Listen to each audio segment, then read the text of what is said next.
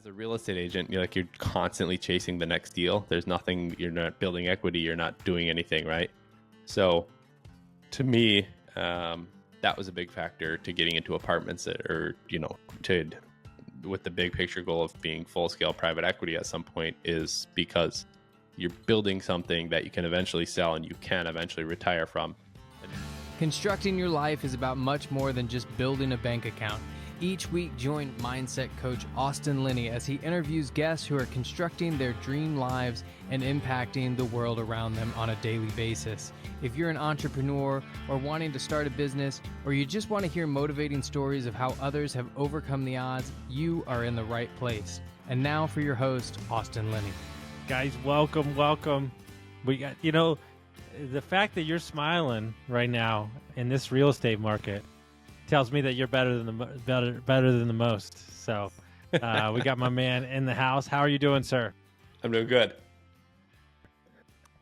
I'm doing good. So, we connected recently. I've followed you for a little bit, so I don't know too much about you. So why don't you tell the audience kind of your story and how you got here? Yeah, so my story, so I'm 30. I started my first company when I was in college. I was 19. It was a playground construction company. So I hired a couple of my buddies, and in the summers we would go around and we'd build playgrounds at parks and schools and subdivisions and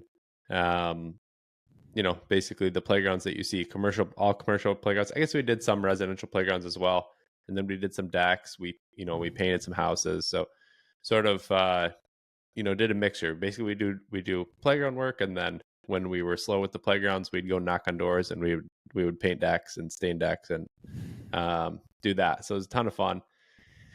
And then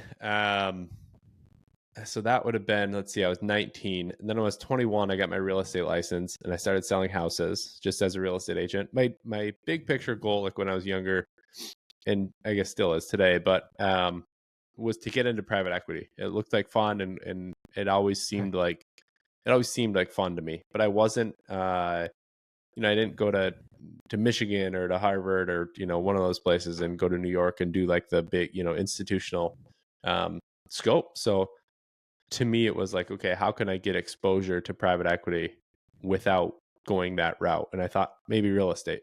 So I got my real estate license, and I thought maybe that would expose me to it somehow. And turns out it did. It actually worked out perfectly. So I did. So yeah, I was 19, started the playground company. And then I was 21, got my real estate license. Those overlapped like a year. It took me 9 months to sell my first house. Then I sold my first house. I was in school at the time too. So during this whole process, school kind of took a back door. I ended up going for, full-time for 3 years, part-time for 4 or 5 more years. And then I dropped out because it was just, I was done at that point. But, so yeah, so playground business when I was 19, real estate license when I was 21. This was 2015. And then in 2017, I discovered multifamily, and I don't remember exactly what led me towards it or where I saw it or whatever.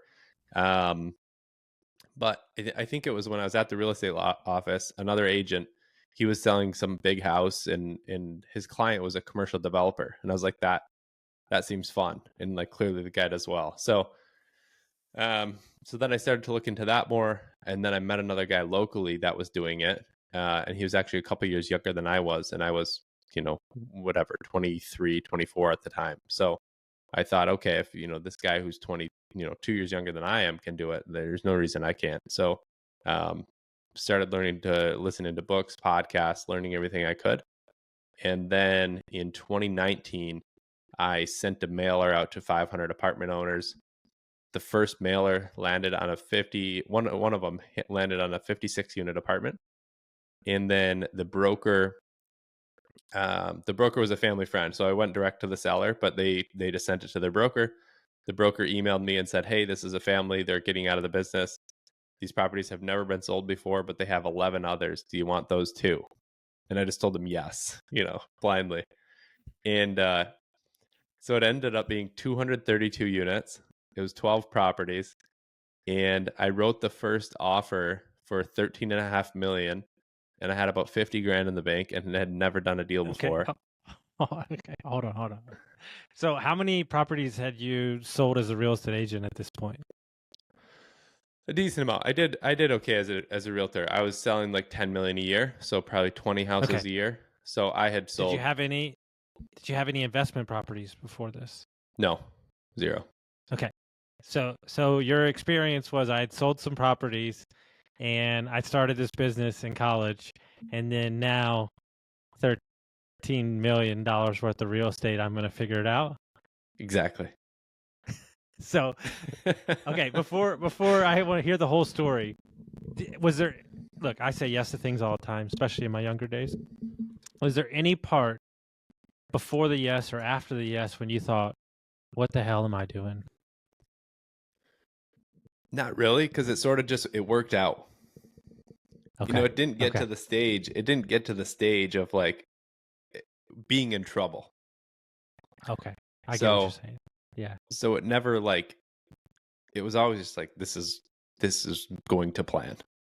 Okay. All right. So you write the offer for the 13 million, and then what happens? So I wrote the offer for 13 million, 13 and a half, and then they countered at like 16 something. And so then it's like, okay, this could be real. So I brought it to the guy that I mentioned that had was a couple years younger than me. He was partnered with a few other guys that had some gray hairs, right? They had been in the business, they had bought, syndicated a bunch of deals. And so I brought it to him, and then he basically led the deal from that point, and I kind of just rode the coattails. And so we ended up getting it under contract. It was a complete ordeal because there was 6 family members involved, but we ended up getting it under contract in March of 2020. So this was November 19 is actually the day before opening day, hunting season, that I wrote the offer. And then we got under contract 4 months later, which was crazy to think about. We got under contract. They put up the earnest money, so they did I think 300,000 non-refundable day one. And so that was great, right? Without that, it would have been very difficult to get the deal. I didn't have that money to do it. I didn't know who I would go to get that money, and it sort of just worked out. And then, so we went under contract just before COVID shut everything down. Like, we did our due diligence tours on Friday, walking every unit, and on Monday, the entire state of Michigan shut down. So it was a pretty chaotic time. And then, banks required, okay, all these COVID reserves and everything else. And then the seller actually came to us and said, hey, we're expecting you guys to like retrade. Like, are you going to ask for a price reduction because of everything going on? And we weren't at the time, but we're like, well, if you're asking us if we're going to, like, clearly you're okay with it. So I think we asked them for like $2 million off. And I if I remember correctly, I think they gave us like 1.8 off. Like, I don't entirely understand why, but they did. And then while we were under contract, so then we had a 90-day period or whatever. Obviously, we hit with COVID delays over COVID delays, just constant. And I think in May, we had another local group that heard about it, found out we were under contract, and wanted to buy all of them from us. And we said, well, we don't want to sell out everything to you, but we'll sell you some of them. So we ended up selling 8 of the properties in a double closing to 2 different buyers for $1 million for profit, and then we kept the other 4. We sold 3 of them a year and a day after we had closed on them. So we did staggered closings, like a building a week from August to October. It was like, this building, close this one this week, this one next week, because they're all different entities and different. So it was an ordeal. But August to October, we did staggered closings and closed them all. And then we had sold the 8 and kept the 4. And now we've gone full cycle on everything. The one we still have one 20-unit deal. We had paid $1,250,000 or $1,300,000 or so, somewhere in that range for that one. And we refinanced it and appraised for $4.6 million. So it was a deal. If you just had to guess, how much profit have you made off the whole deal? If you just threw out a number out there. Me personally,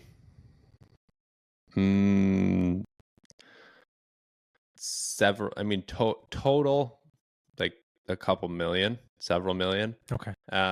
Me personally is less than $1 million, but might be 400 or 500 ish, give or take. Mm-hmm. So your percentage in the deal was significantly smaller. Okay. Yep. Yeah. So my But as you percentage of the double closing go ahead. wholesale part of it was 15%. And Okay. then my percentage of the deals that we kept was 10% of the GP. And so and then the GP on those deals ended up being 50%. So, it was a 50% promote, right? So, and the guy that I partnered with, the way he structured the one that we still own was with a 20% buyout to all the investors. So it's like at any time he could buy all of the other investors out for a 20% annualized return. So when we refinanced, he had bought all the other investors out with the property. So today I owned 7.5 or something percent of the deal. Okay.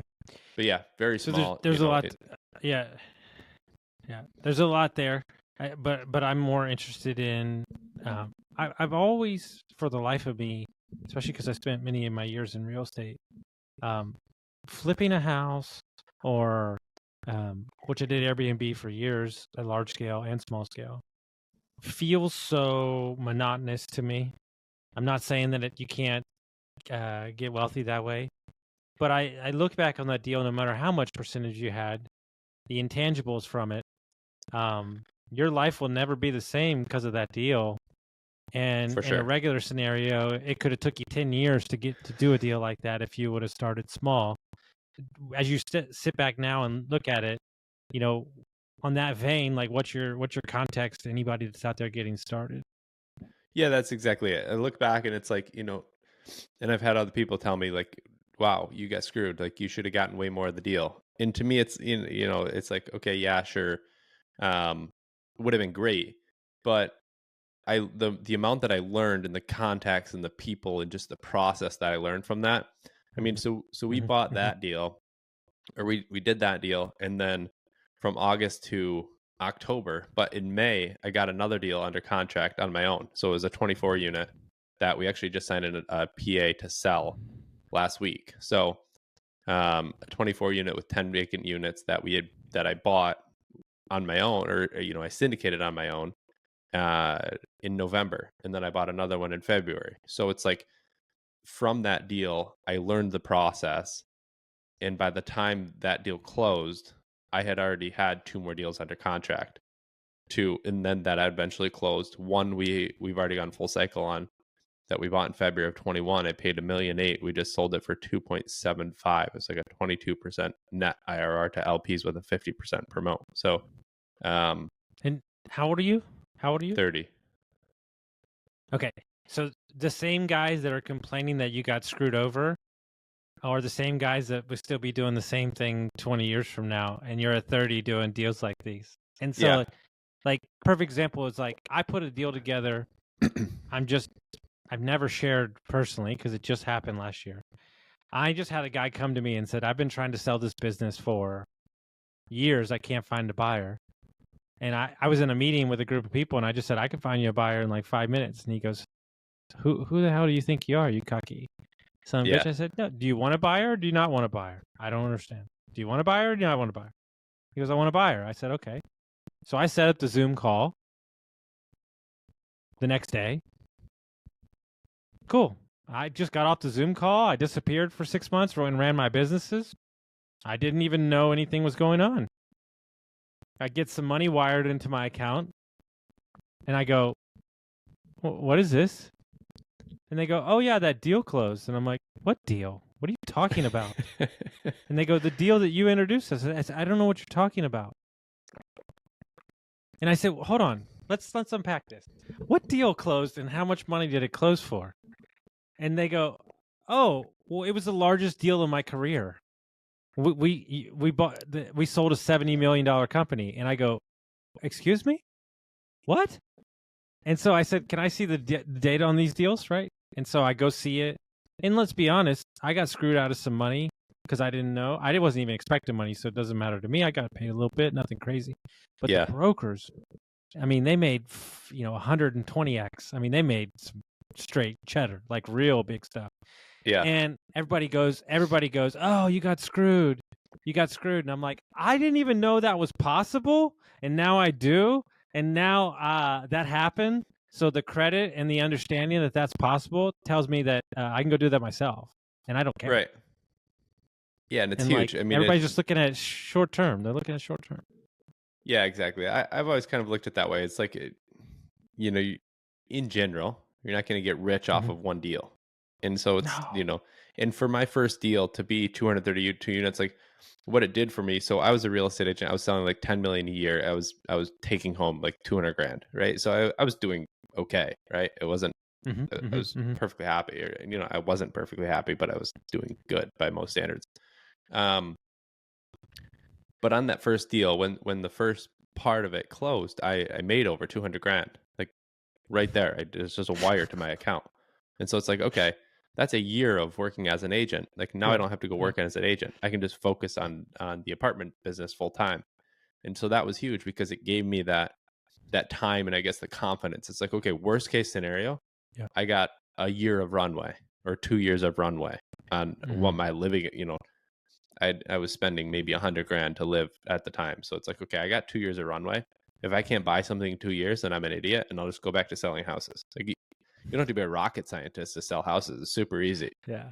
It's not, it's not like insanely easy, but it's a very low barrier to entry.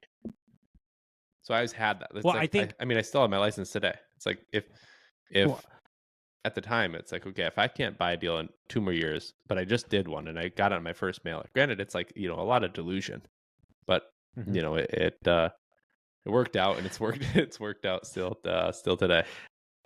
I was listening to a podcast a couple years ago and this guy said, he goes, I've never bought a real estate deal that I've held on to for 7 years plus that I've lost money. And he goes, all you guys don't pay attention. He goes, I've bought hundreds of millions of dollars worth of real estate. And, the fact of the matter is, my big takeaway a couple of years ago was too many people are getting into investing, right? Just in general, to save their life instead of enhance their life. Like, this is not even in business. Like, these things take time and it's not something that's going to just happen overnight. And so if you approach it with the right scenario or the right energy, it's going to compound over time. And, you've watched regular people just buy a house a year, and stock it, stay. I mean, I always remember the story. My mom worked for a guy. His grandfather passed away when he was 16. And his grandfather left him some money. And over the span of 20 years, he bought every single family house in a 4-street radius in Southeast Texas. He owns the entire street. He's never worked a day in his life, and he fishes in Montana and Alaska the whole year. Yeah. Yeah, it's great. I mean, it's one of those things that's simple but not easy, I would say. Mm-hmm. But it takes a lot of discipline. And why is it not easy? Because it's like you need to know the process, right? Like I talk to people about it and friends of mine who are not in real estate. And it's just such a foreign concept, so much of what I do. So it's like you need to have that exposure to it somewhere in go and learn that process. And it's, for me anyway, it's very hard to learn the process without doing it. I'm like you can tell me something, but I got to do it to really know it. And then to be able to do it confidently. But I think that's the part that's obviously not easy, but it's a simple numbers game. It's like, okay, I can buy this deal for 50 a door, make these improvements. Now it's worth 90 and then we sell it. Or if we were to hold it or whatever. But it's like, when you're able to break the math down, it's very, very simple. But it's just going out and executing on that simple vision and having the knowledge and the confidence and the contacts and everything to be able to do that. So I think that for me personally, and maybe I'm a different cat, like if I were to invest in you or somebody else that I trust, I don't actually need to see the deal at all. I don't care. It doesn't matter that's to true. me. As an LP, you don't. You know, I'm a person. I'm a person, and I invest in people. Like the jockey is the king, right? Like Yep. if he's got a good track record, it's great. Well, here's the problem. The problem is there's a lot of people that portray themselves. Syndication, especially in the last couple of years, especially with the way the market shifted, you know, has got bad name, same way private equity does. I think a lot of For people in sure. short-term understanding. I have my own. I've seen a lot of where the bodies are buried personally, Yeah. and it's just mind-numbingly to me. You know, what do you think that a traditional person from the outside looking in has wrong about syndication right now? You know, I don't know. It's hard because we we get so much in the bubble of it. So it's like you see everything and you Mm-hmm. notice everything. But I think the regular people that are LPs are are not seeing this stuff, right? It's like Mm-hmm. we're reading the real deal every day. We're on Twitter every day, and it's like you see the news cycle that we're subscribing to or that we're interested in. Whereas most of the LPs, the true LPs, I think, and unless they're like institutional level and that's all they do, but if they're out there working a W-2 job, like they don't have time to care about what some idiot in Texas foreclosed on 2,500 units, like unless they're in the deal. But from what I've seen, most people in general still have no clue about what's going on with all the scumbags that have done stupid stuff over the last couple of years and now they're getting burned. But um, unless they're in the deals, they it's generally not talked about, I guess.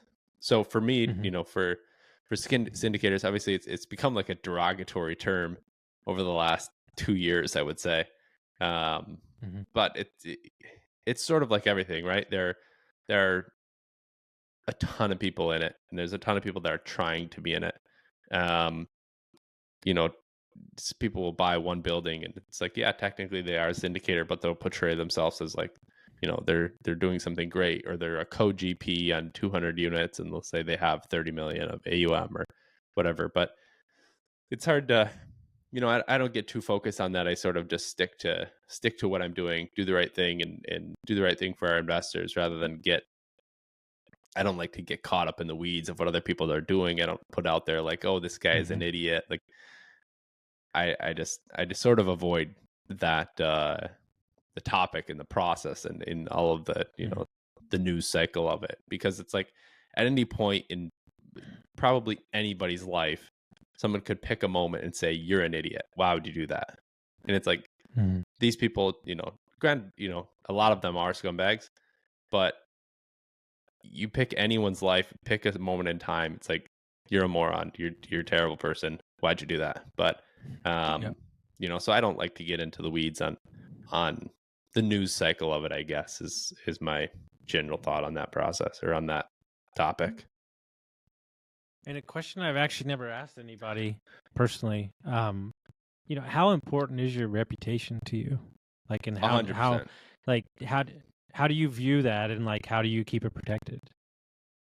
Yeah. I mean, I view it as it's like the most important thing. So for me, it's like, and I'm still early in my career, right? So, I plan to do this for a long time. We've been successful so far. We didn't buy a deal from July of 22 until February of this year because I didn't find anything that I thought fit our investment criteria, or what we were Mm-hmm. really looking to do. And then we sold 3 deals that all went well last year. And then now this year we bought 5. So it's been a good year from an acquisition standpoint. But yeah, reputation is everything to me. It's like I feel like if I do a bad deal, or if I were to do something stupid, um, it basically takes me out of business for life. Is sort of how I view it. Not sort of, it is how I view it. It's like if I make a mistake, and if I do something stupid, then I'm out of business for life, and that's not really an option for me. Mm-hmm. And the most fascinating, if I could spend my whole career, because I love a good mindset thing, if I could spend my whole career just diagnosing and asking questions of multifamily investors who don't buy, I think it's one of the most fascinating things in the world when you had the discipline to not pull the trigger. How do you keep yourself emotionally stable to be disciplined, to not feel like you have the itch to just buy something to buy something. Yeah, that is the hard thing because it's like, in theory, we could buy something. It's like if you can get it funded, you can buy it, and we could get it funded, right? We can get the debt, we can get the equity. All of our raises this year have filled like within an hour. Besides one was the first one we raised for. I sent an email out on 2 p.m. on a Friday, and I had $1 million committed by 10 a.m. Saturday, and then all of them after that have had over $1 million committed in an hour and been full. These are smaller deals, so. It's like in theory I could fund a deal if I put it out, and you can, obviously make a model tell you whatever you want, right? A model or in Excel is always a lie. It's just a matter of how far off it is, and you can't get those perfectly accurate. But I don't know. I suppose for me to not buy, it's just like I know deep down, if I was doing something bad, it's like I don't know. I guess I just I don't have it in me. I wouldn't feel good about it. I'd feel weird about it. The other thing too is like, I'm personally guaranteeing these loans, and a lot of my family, like immediate family, is investors in my deals. So it's like, okay, I'm going to go personally guarantee the loan, and then I'm going to take my family's money, or some of it, right? Or some of my family and friends and people that I know and go to church with and everything else, and put their money into a bad deal. And that would just, it's just a terrible idea. So I sort of, for me, I've never really looked at it as an option. Like, hey, let me go do this deal real quick. I'll make, X amount of money and from an acquisition fee, and that'll be great. But I've never, like I said, I've never contemplated it because I have too much to lose, I guess, from a relationship reputation standpoint. I have too much to lose to force something that I know at my core is a bad deal. Mm-hmm. And what's kind of your rules when it comes to like, I think syndication and kind of raising money can get extremely complicated. Like, give us like a basic breakdown of how you view like bringing in LPs, and do you like to keep it simple and just kind of, this is the way we roll? Different deals, different terms, obviously. But no, I go same terms every deal. So I go same terms every deal because I like to keep it simple. So it's like I want to build. I want to build the relationship with my LPs that they know what to expect. So it's like every new deal, they don't have to ask, what's the terms on this one? Hey, what's this and that on this one? So every deal is the exact same from a structure standpoint. And it wasn't always like this. I just, came up with this basically last year. And because before I would sort of tailor it to the deal. But yeah, so every deal is the same. So we do it 8 pref, 70-30. So 30% promote, 70% to the LPs with no adjustment. A lot of people will do a hurdle, and it's like once you hit a 15, it drops to 50. But I just do 70-30 all the way through. My theory is that if I can, massively outperform, then they'll be around longer, and that's, good for everybody versus trying for me to make all the money on one single deal. I had started my first couple of deals that I syndicated on my own. I guess the very first one I just did 80-20, no pref. And then after that, I was doing a 7 or 8% pref with a 50% promote, because that's what the guy that I had partnered with on the first deal did, and I didn't know any different, right? So to me, it's like that's how you structure it. And then once I got into it and learned 50% promote, and I got some pushback on it at one point, and so I decided to change it then. But yeah, so 8 pref, 70-30. We'll do a 2 or 3% acquisition fee, and then 1% asset management fee on the equity. I think I talked to a lot of people. I think what impressed me the most about, and just so you are younger than me by 11 plus 12 years. So, but what impressed me the most about your generation, on the good side, not on the bad side of this, is that you were making $200,000 a year, and you're saying to yourself, like, not that you need all the trappings of it, but you're saying this isn't good enough. It's not. I don't even think it was the money. I think it was how you were making the money, right? I've coached a lot of young guys who make good money, but they're like, this isn't enough for me. I want, full control of my life. I want options. I want more freedom. I want wealth. I think that's what excites me the most about kind of the mindset. Where would you say, where did you learn it from? Was it your parents? Is it just kind of being around the right mentors? Like where did you pick up this kind of poise you have at 30 years old? Yeah, my dad for sure. So my dad worked for Ford for 25 years, and then he started his company. So he owns a playground supply company. They're a park and rec supplier basically in the Midwest. And he started that when it was like 2006. I would have been, let's see, 12, I think, in 2006. But so like I saw him through the early years of him building that business. He would get up at 4 a.m, and go to the office, and then he'd get home at 10 o'clock, 11 o'clock at night. And so I saw that process of like sort of what it takes to build something. And I thought it was cool. And I think that was super important, right? 12 to 15, 16, 17. It's like those are your super impressionable years where, I think what you are exposed to really sticks with you. And so that was a big thing for me, was realizing that, hey, going out and starting your own business, is it a good path to take? At the beginning, it's not like he was making a ton of money, or he took a massive pay cut from what he was at Ford. And I'm the third of 9 kids, so it's like, okay, very stable, secure job at Ford to nothing. God bless your mom. Like, to selling swing sets. So it worked out. He's super happy that he did it, but a big reason why he did it was because it was more fun, and he always wanted to do something that was more fun, rather than working for Ford and doing that which he enjoyed it and whatever. But that looked like more fun to him, so he decided to go do that. And so that's sort of what I've taken to, is like everything that I do, it started because, hey, that looks like fun. Like I'm gonna go do that. And then certainly there's parts of it that are miserable or you don't like as much, but in general, I love what I do. It's like I have so much fun. I meet great people. It's a blast. So I saw that. And then as a real estate agent, you're constantly chasing the next deal. There's nothing, you're not building equity, you're not doing anything, right? So to me, that was a big factor to getting into apartments, with the big picture goal of being full scale private equity at some point, is because you're building something that you can eventually sell and you can eventually retire from. And then you have the time freedom, right? When I was an agent, if I missed a call, it's like, okay, I might miss 20 grand because I missed one phone call. That was a very realistic scenario. Happened several times, actually.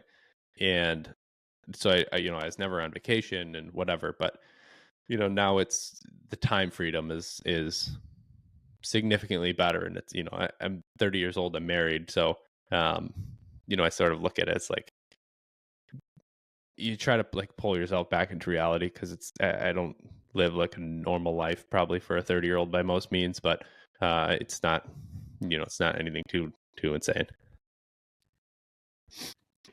I would say one of the wildest things as you get older. I was 2 to 3 weeks at the helm, CEO of HVAC plumbing and electric company. And the first thing I did was call my father. And I said, "You did this for 44 years and raised us and did sports?" I was like, "You're out of your mind." I was like, how did you run your small business, your dentist practice, and grow it? And it was very successful. Like, and you raised us? Like, I was like, all the respect in the world. Yeah. Like, it was a real eye-opening moment for me. Full circle. Yeah.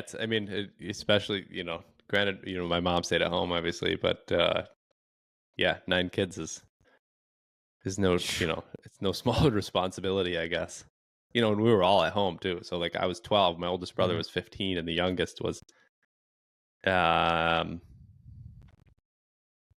2, maybe. I don't know. Okay. Somewhere in that range. It's amazing. I love it. I was at my buddy's house in Nashville this past week when I was there for business. and he's negotiating like a huge land deal while the 3-year-old is butt naked running through the house, and the other one's on rollerblades inside the house. And he just looks at me and he goes, "Yeah, this is my life, negotiating $1 million+ land deals while the inmates are running around." I just think it's so funny. It's Yeah. it's just so funny. It's like where we are. It's like I step out of the podcast or the office, and it's like, your family's right there. It's just a wild time, especially a lot of people working from home. So if people want to find you, they want to track you down, they want to reach out to you, how will they do that? Yeah. Social media is the easiest, the fastest. Twitter, I'm most active. I go in spurts of being active on Twitter, but and then Instagram, LinkedIn, and I'm less active on Instagram, but LinkedIn is I'll post on there once in a while and talk with people quite a bit on LinkedIn and Twitter. And then we have I do a weekly newsletter. So that's been, a major key to building our business also has been the weekly newsletter. So I talk about the actual like specifics in our deals, the numbers, the debt. I call it the capital stack. So I talk about the debt and the equity and the terms of the debt, what we did for each deal, how we found it, what we liked about it, what the business plan was, and then how it's going today. So actually our last newsletter, we're sending it out today, is a quarterly portfolio review. So I dig into all of our deals that we currently own and say, okay, where was it when we bought it? Where is it today? So people have enjoyed that as far as sort of get a real-time investor update in a sense. Like it's watered down some, but we give our investors the full scope. But I like to give high level to everybody because I have so many people that have expressed interest in investing, and then they sort of want to watch. Usually I'll talk to people, or a lot of times I'll talk to people, they'll pass on the first deal that comes up and they'll want to watch and see how that goes. And it's like, it's hard because real estate, you don't know until like a value add deal. It's like, it's going to be 3 years till we know if this is for like as good as expected or not as good, or, it's going to be a 3-year process until this sort of plays out. So I've had a lot of people that enjoy reading those. But yeah, so the newsletter is the capitalstacknewsletter.com, and then Twitter, LinkedIn, any social media, I'm active. Your comment about the Excel spreadsheet was my favorite because Chris Grinzik, who's a friend of mine, he said one time on a call, he said, "You're over here doing 5-year projections on your Excel spreadsheet, and nobody knows what's going to happen past 6 months. It's a waste of time." Yeah. And they bought like $600 million worth of real estate. So I just think it's the truth. I think it's just there for guardrails. It's not really right. the truth per se. Yeah, it's like, to me, it's like real estate is a simple business. It's like you buy it for this, you're going to have this much into it, right? Say you're into it for $100 a door, and you're going to want rent to be like $1,100-$1,200, and that's going to be a good deal. Mm-hmm. So I try to keep it simple, like fundamentally, if I can explain it in terms like that, then it makes sense. If you get into all this complications, and that's when you really get into the weeds, and I generally will avoid those deals. Yes, agreed. Guys, if you got some favoritism, some advice, some great things from this episode, send it around to a friend. Rate us in reviews, and we'll see you next time.